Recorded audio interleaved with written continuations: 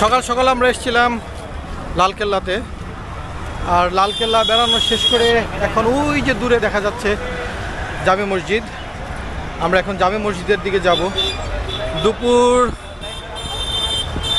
এখন 12:15 বাজে, মানে বাংলাদেশি টাইম হচ্ছে এখন 1:45। সো আধা ঘন্টা এদিক সেদিক আছে। তো আমরা একটু শর্টকাটে যাব, নয়তো মেন রাস্তা দিয়ে যেতে হলে অনেক দূর ঘুরে যেতে হবে দরিয়াগঞ্জ দিয়ে। তো আমরা এই দিক দিয়ে দেখি ঢুকে যাই।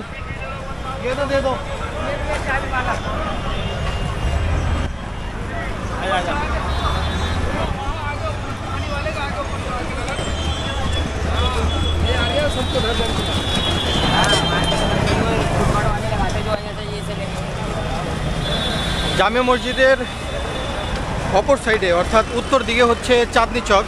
তো চাঁদনি চকে আমরা দেখি বিকেলে একটু যেতে পারি কিনা। আর এখানে হচ্ছে মিনা বাজার, মানে জামে মসজিদের ঠিক পূর্ব পাশে হচ্ছে মিনা বাজার। আর মিনা বাজারের মানে এরিয়াটা এত বড় যে পুরো জায়গাটা জুড়ে হচ্ছে বাজার। আমি অনেক আগে একবার কোরবানি ঈদের সময়, মানে 2007-08 সালে যখন আমি একবার এসেছিলাম, তখন এই কোরবানি ঈদের সময় মিনা বাজারে একবার একটা গরুর হাট দেখছিলাম, মানে মসজিদের ঠিক সামনেই। এত বড় একটা গরুর মানে হাট ছিল, বলার মতো না।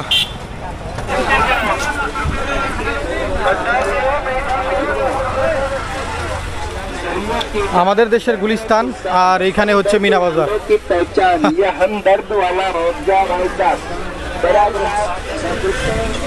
সবই পাবেন গুলিস্তানের মতো, কিন্তু কেনার সময় সাবধান, খুবই কেয়ারফুলি দেখে শুনে কিনতে হবে।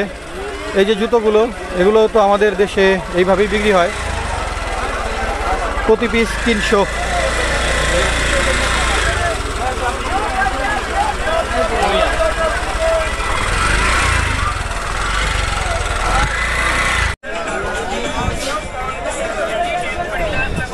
প্রচণ্ড রোদ, গরম অনেক, আর হাঁটতে হাঁটতে একেবারে গলা টলা শুকাই গেছে। তো রাস্তায় দাঁড়ায় 2 গ্লাস খেলাম হচ্ছে নিম্বু পানি, আর 1 গ্লাস খেলাম হচ্ছে লাচ্ছি, 10 টাকা করে। আচ্ছা, আমরা জামে মসজিদ চলে আসছি। সামনেই দেখা যাচ্ছে।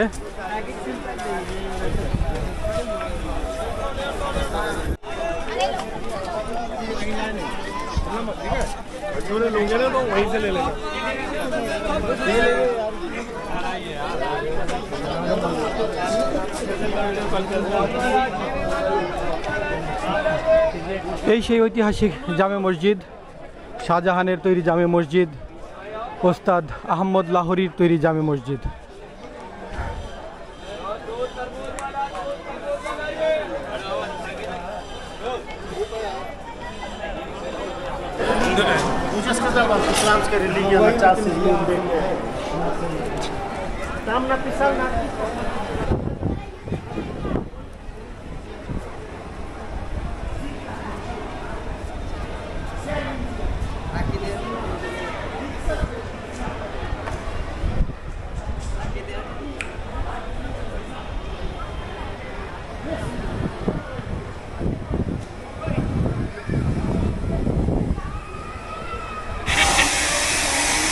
অলরেডি জোহরের আজান হয়ে গেছে, আর পাশেই কাজ চলতেছে, এই জন্য প্রচুর পরিমাণে শব্দ।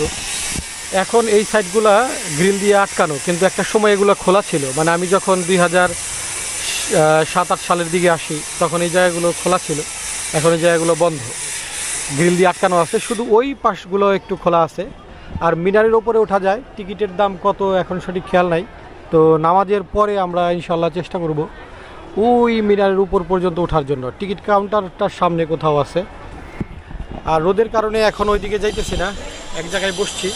তো তার আগে ছোট করে আপনাদেরকে এই জামে মসজিদ তৈরির যে ইতিহাসটা, সেইটা একটু জানিয়ে দিই। হয়তো অনেকেই জানেন, অথবা গুগলে যদি সার্চ দেন তাহলে উইকিপিডিয়াতে পাবেন ছোট করে, কিন্তু ডিটেলস এবং এর মধ্যে কিছু মিথ এর মধ্যে আছে, যে মিথগুলো সচরাচর গুগল বা উইকিপিডিয়াতে দেওয়া থাকে না। সেই মিথগুলো সহ আমি আপনাদেরকে বলার চেষ্টা করব। তো যখন লালকেল্লা তৈরি হয়ে যায় 1648 সালে, ওই সময়ে শাহজাহান তো চলে আসে লালকেল্লাতে। তো এরও প্রায় 2 বছর পরে অর্থাৎ 1650 সালের দিকে শাহজাহান একদিন রাত্রে ঘুমানোর পরে স্বপ্ন দেখে যে উনি আরশে আজিমের কাছাকাছি চলে গেছে। আসলে এই ধরনের কিছু মানে মিথ বা ঘটনা বলতে গেলে না শরীরে গুজবাম্প চলে আসে। তো ওইখানে উনি একটা মসজিদ দেখতে পান, যে মসজিদটা উনি যখন ওনার ঘুম ভাঙে তখন উনি চিন্তা করেন যে আমিও এই ধরনের একটা মসজিদ আমি দিল্লিতে তৈরি করব। তো এই জন্য উনি সকালে যখন দরবার বসলে উনি সবাইকে ডাকেন। ডাকার পরে ওলামায়ে কেরাম যারা আছে এবং ইঞ্জিনিয়ার যারা আছে মুঘল সাম্রাজ্যের প্রত্যেককে ডাকার পরে বলেন যে আমি একটা মসজিদ তৈরি করব, তোমরা সবাই যেভাবে পারো একটা মসজিদের ডিজাইন নিয়ে আসো। তো সমগ্র যারা মুঘল সাম্রাজ্যের অধীনে যেসব ইঞ্জিনিয়ার আর্কিটেক্ট যারা ছিলেন ওই সময়কার, তারা মানে প্রত্যেকেই ডিজাইন এইখানে দেওয়া শুরু করে, কিন্তু কারো ডিজাইনই তার পছন্দ হয় না। তো এর মধ্যে একজন ইঞ্জিনিয়ার ছিলেন, তিনি একজন অলির মুরিদ ছিলেন। তো উনি একদিন খুব টেনশনে ছিলেন। পরে উনার যে পীর উনি জিজ্ঞেস করেন যে তোমার এত টেনশনটা কিসের? তো উনি তখন ঘটনাটা ভাঙিয়া বলে যে বাদশাহ তো এরকম একটা মানে হুকুম দিছে যে সবচেয়ে সুন্দর একটা মসজিদের ডিজাইন করার জন্য, কিন্তু কারো ডিজাইনই তার পছন্দ হয় না। তো তখন ওই পীর কি করলেন, তার মাথাটা তার গায়ের চাদর যে আছে সেই চাদর দিয়ে ঢাইকা দেওয়ার পরে এরপরে হঠাৎ করেই ওই যে মুরিদ মানে যে ইঞ্জিনিয়ার উনি একটু জ্ঞান হারা টাইপের হয়ে যায়। তো ওই সময়ে উনিও মানে এটা একটা মিথ অ্যাকচুয়ালি, যে উনিও ওই ধ্যানের বশে বা ওই অজ্ঞান অবস্থায় মানে ওই অবচেতনভাবে উনার যে রূহ সেইটাও আরশে আজিমের কাছাকাছি পৌঁছায় এবং তিনিও এই ধরনের একটা ডিজাইন উনি দেখতে পারেন। এরপরে উনি এই ডিজাইনটা হুবহু তৈরি করেন এবং তৈরি করে উনি শাহজাহানের সামনে পেশ করেন। শাহজাহান তো এটা দেখে মানে প্রচণ্ড পরিমাণে উনি আবেগে আপ্লুত হয়ে যায় এবং তিনি অ্যাস্টনিশড হয়ে যান যে তুমি এই ডিজাইনটা তুমি কিভাবে তৈরি করছো। তখন সে বলে যে হুজুর আমি এইটা তো আপনাকে বলবো না, তবে ডিজাইনটা পছন্দ হয়েছে কিনা সেটা বলেন। তো শাহজাহানের ডিজাইন পছন্দ হয়। তো ডিজাইন পছন্দ হওয়ার পরে এরপরে শাহজাহান আরেকটা শর্ত রাখে যে এই মসজিদটা এমন জায়গায় তৈরি করা হবে যেখানে দিল্লির লালকেল্লাতে তার দেওয়ানে আমে তার যে সিংহাসন, তার যে মসনদ, তিনি যেখানে বসেন সেইখান থেকে এই মসজিদের যে মিম্বার যেখানে ইমাম সাহেব দাঁড়িয়ে খুতবা পাঠ করবেন সেইটা যেন আরও উঁচু হয়, আরও বড় হয়। তো এই জন্য খুঁজতে খুঁজতে এরপরে এই জায়গাটা নির্ধারণ করা হয়, যেই জায়গাটা মানে দিল্লি লালকেল্লা থেকে এই জায়গায় একটা পাহাড়ের মতো ছিল, ছোটোখাটো টিলার মতো, এর ওপরে মানে এই মসজিদটি নির্মাণ করার জন্য জায়গা নির্ধারণ করা হয়। তো নির্ধারণ করার পরে এইটা টোটাল 1950 সালে এটার কাজ শুরু হয়। আর কাজ শুরু হওয়ার পরে এটা শেষ হয় 6 বছর পরে। 6000 কর্মচারী এখানে কাজ করে। এটা বেলে পাথর এবং মার্বেল পাথর দুই ধরনেরই এখানে কাজ করা আছে। তো মজার বিষয় হচ্ছে যখন এই মসজিদের ভিত্তিপ্রস্তর যখন স্থাপন করা হয়, তো ভিত্তিপ্রস্তর স্থাপন করার সময় শাহজাহান একটা শর্ত রাখে যে এমন একজন ব্যক্তি এই মসজিদের ভিত্তিপ্রস্তর স্থাপন করবে যিনি কখনোই তার জ্ঞান হওয়ার পরে তাহাজ্জুদ নামাজ উনি মিস দেয় নাই, আসর এবং এশার নামাজ কোনোদিন মিস দেয় নাই। তো এখন সমগ্র মানে মুঘল সাম্রাজ্যের মধ্যে এই বিষয়টা ছড়িয়ে দেওয়া হয় যে এরকম কে আছে। তো অনেকেই আছে যাদের একদিন হয়তো অসুস্থ ছিল, যিনি হয়তো রাত্রে তাহাজ্জুদ নামাজটা মিস দিছে, কোনো দিন এশার অথবা আসরের নামাজটা মিস দেয় নাই, কিন্তু এরকম এখন কেউ তো সামনে আসে না। পরে এখন অনেক দেরি করতে করতে এক সময় শাহজাহান যখন সামনে আগায় তখন তার যে সভাসদ যারা আছে তারা বলে যে আপনি আল্লাহর হুকুমে একটা মসজিদ তৈরি করছেন এবং আপনি শর্ত রাখছেন যে এমন একজন ব্যক্তি যাতে এইটার ভিত্তিপ্রস্তর স্থাপন করে যিনি কখনো তাহাজ্জুদ নামাজ মিস করে নাই, যিনি আসর এবং ঈশার নামাজ মিস করে নাই। তো এত বড় মুঘল সাম্রাজ্যের মধ্যে কাউকে পাওয়া গেল না, আপনি আগাইতেছেন, আরেকটু ধৈর্য ধরেন। তখন উনি বলল যে আমি এটা একটা গোপনীয় একটা বিষয় ছিল, কিন্তু আজকে যেহেতু কেউ এগিয়ে আসে নাই, সো আমি এই গোপন বিষয়টা সবার সাথে শেয়ার করি যে আমি যখন থেকে আমার জ্ঞান হয়েছে আমি কখনো তাহাজ্জুদ নামাজ মিস দিইনি, আমি আসর এশার নামাজ আমি কখনো মিস দিইনি, আমি সবসময় আল্লাহর ইবাদত বন্দেগীতে ছিলাম। তো তখন উনি নিজের হাতে এই ভিত্তিপ্রস্তর স্থাপন করে। এখন উনার আসলে বাদশাদের শর্তের তো কোনো শেষ নাই।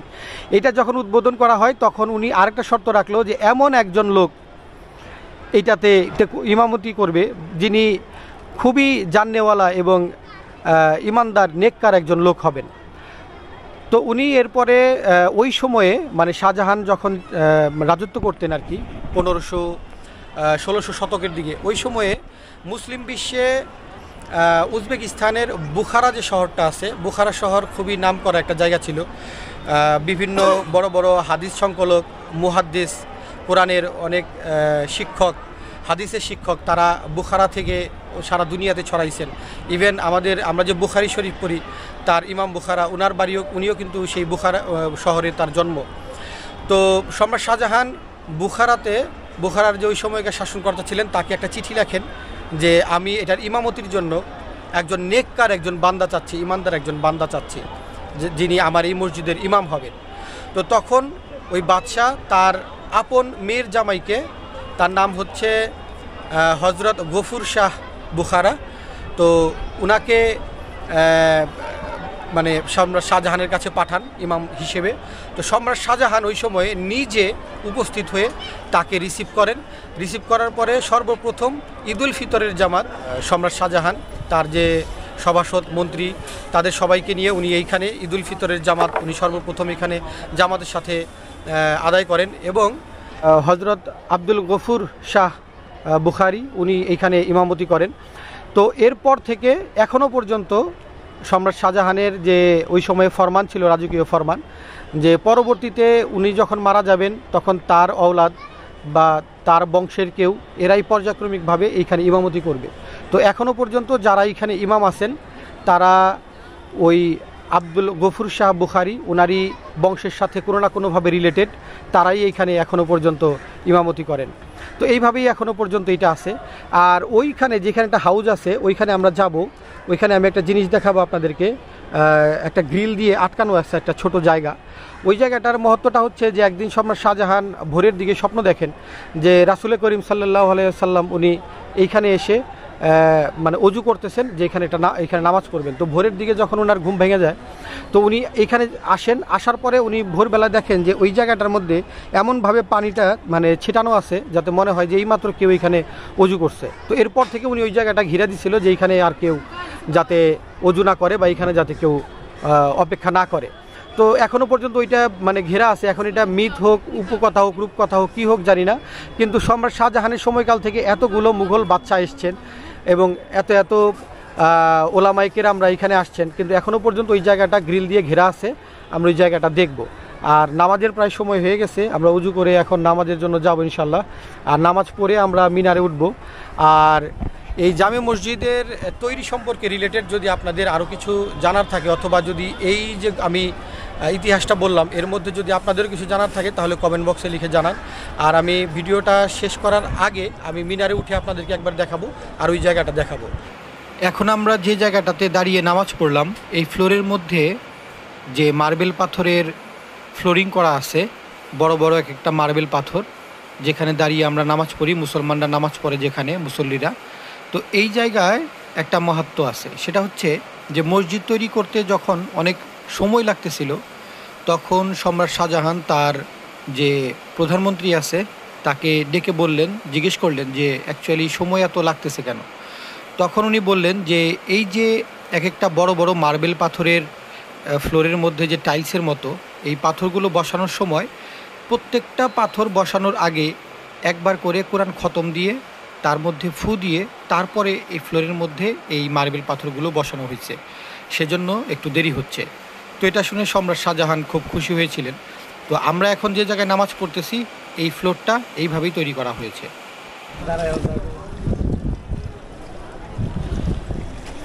তো এটা হচ্ছে সেই জায়গা, যে জায়গাটার কথা আমি একটু আগে আপনাদেরকে বলছিলাম যে উনি সম্রাট শাহজাহান স্বপ্নে দেখছিলেন যে এখানে রাসূল পাক সাল্লাল্লাহু আলাইহি সাল্লাম উনি এখানে বসে ওযু করতেছেন। তো এই জন্য এরপর থেকে এটা এইভাবে গ্রিল দিয়ে ঘেরা আছে। তো এখন আমরা ওই মিনারে ওঠার জন্য যাব। টিকিট কাউন্টারটা ওই দিকে, এখন খোলা আছে কিনা না একটু পরে খুলবে, মাত্র তো জামাত শেষ হইলো, এখন খুলবে কিনা কে জানে। যদি খোলা থাকে তাহলে এখনই উপরে উঠবো। আর উপর থেকে নামার পরে আমরা এই দিক দিয়ে বের হব। এই দিক দিয়ে বের হইলে হচ্ছে দরিয়াগঞ্জ, এটা হচ্ছে গেট নাম্বার 1 আর এটা হচ্ছে গেট নাম্বার 2। এই দিক দিয়ে যদি আপনারা বের হন তাহলে বের হবেন হচ্ছে মিনা বাজার দিয়ে আর লালকেল্লা এই দিকে। আর যদি গেট নাম্বার 3 দিয়ে আপনারা বের হন তাহলে আপনারা চলে যাবেন সোজা চাঁদনি চকে। তো চাঁদনি চকে আমরা যখন যাব তখন আপনাদের একটা ওয়াক অ্যারাউন্ড একটা ভিডিও দেওয়ার চেষ্টা করবো ইনশাআল্লাহ। তো আমরা আগে মিনারে যাব, তারপরে আমরা গেট নাম্বার 1 দিয়ে দরিয়াগঞ্জের দিকে যাব। আর আপনারা যারা দিল্লিতে আসবেন, দিল্লিতে মানে জামে মসজিদে যারা আসবেন, তারা অবশ্যই যে যেখানেই যান না কেন দুপুরের খাওয়াটা অবশ্যই চেষ্টা করবেন দরিয়াগঞ্জে খাওয়ার জন্য। মানে যত ধরনের বিখ্যাত হোটেল রেস্টুরেন্ট যাই আছে খাবারের, সবই হচ্ছে দরিয়াগঞ্জে। সো আপনারা দরিয়াগঞ্জে মানে দুপুরের খানাটা দরিয়াগঞ্জে খাওয়ার জন্য চেষ্টা করবেন। তো আমরাও দরিয়াগঞ্জে যাব 1 নম্বর গেট দিয়ে বের হয়ে। তো এখন আগে মিনারের উপরের দিকে যাই, তারপর ইনশাল্লাহ আমরা বের হওয়ার সময় আপনাদের সাথে আবার দেখা করে কথা বলে বিদায় নেব।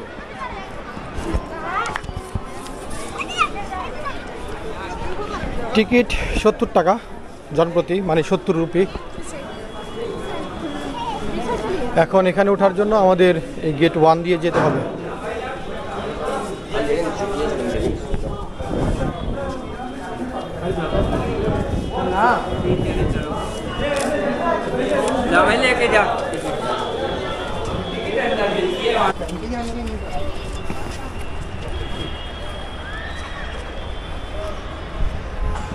আমরা জাস্ট 1 নম্বর গেট দিয়ে এখন এইখানে আসছি, এখান দিয়ে গিয়ে আবার ওদিক দিয়ে গিয়ে আবার উপরে উঠবো। গরমে পা রাখা যায় না। ভাগ্য ভালো আমি মোজা পরে আসছি, আমার সাথে আমার ভাইগনা ও তো মোজা টুজা পরে আসে নাই, যার জন্য ওর হাঁটা চলায় খুব কষ্ট হইতেছে। এই জন্য ও ওঠে নেই, ও নিচেই দাঁড়ায় আছে ওইখানেই।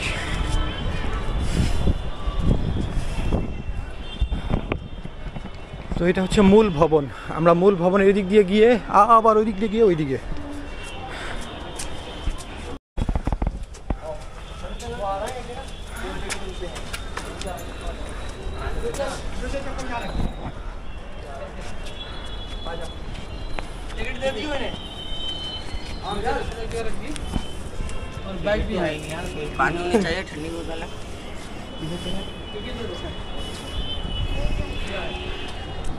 এখন আমরা মূল গম্বুজের পাশে আছি, আর এই হচ্ছে মূল মিনার। এখান থেকে পুরো পুরানা দিল্লি ইনশাআল্লাহ পুরাটা সুন্দর দেখা যাবে। অনেক গরম, পেঁচানো সিঁড়ি। আলহামদুলিল্লাহ, बहुत ऊंचा भाई, আলহামদুলিল্লাহ অনেক উঁচা। ছোট্ট জায়গা, পেছানো পেছানো সিঁড়ি, ঘুরে ঘুরে উঠতে উঠতে অবস্থা পুরো খারাপ। ও আচ্ছা, বাইরের দৃশ্যগুলো একটু দেখাই।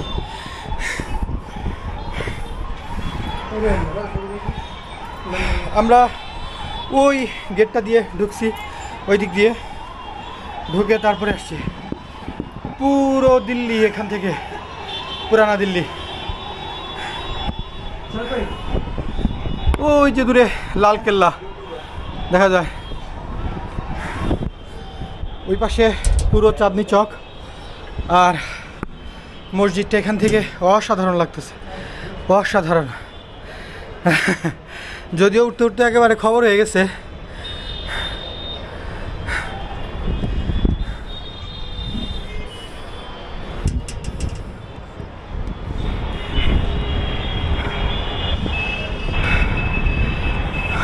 নয়াদিল্লি স্টেশন এইদিকে।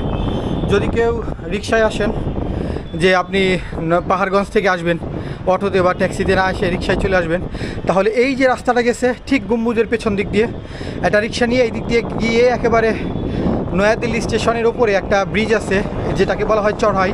তো এই চড়হাইয়ের ওপরে যদি নেমে যান, ওইখান থেকে হেঁটে আপনি পাহাড়গঞ্জে চলে যেতে পারবেন।